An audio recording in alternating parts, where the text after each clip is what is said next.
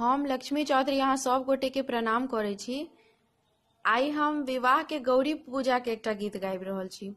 गीत नीक लागत तो गीत के अधिक से अधिक शेयर करब, लाइक करब और चैनल के जरूर से जरूर सब्सक्राइब करब। धन्यवाद। गौरी पूजा ना चलली सीता मन हरषित लागे।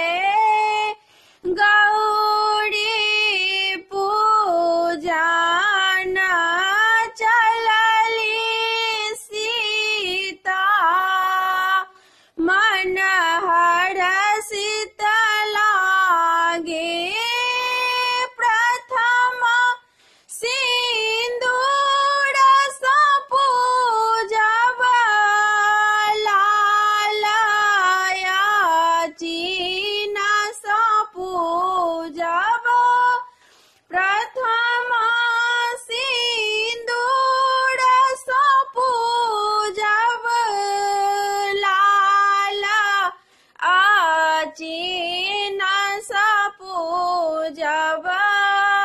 गौरी पूजा न चलली सीता मन हरषित लागे। दोसरा ही फूल सा पूजब अड़हुल गुलाब सा पूजब। दोसरा ही फूल सा पूजब अड़हुल गुलाब सा पूजब। गौरी पूजा न चलली सीता मन हरषित लागे।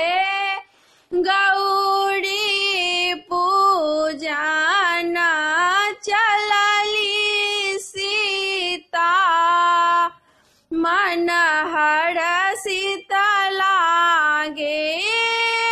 तखन नवेद सा पूजब केरा अनार सा पूजब। तखन नवेद सा पूजब केरा अनार सा पूजब।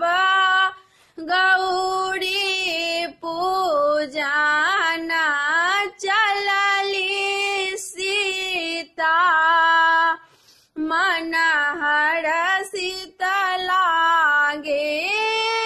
तखन धूप दीप मनायब गुगुलया धूप जरायब।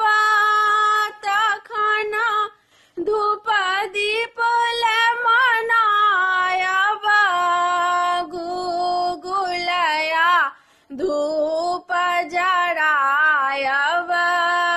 गौरी पूजा न चलली सीता मन हरषित लागे।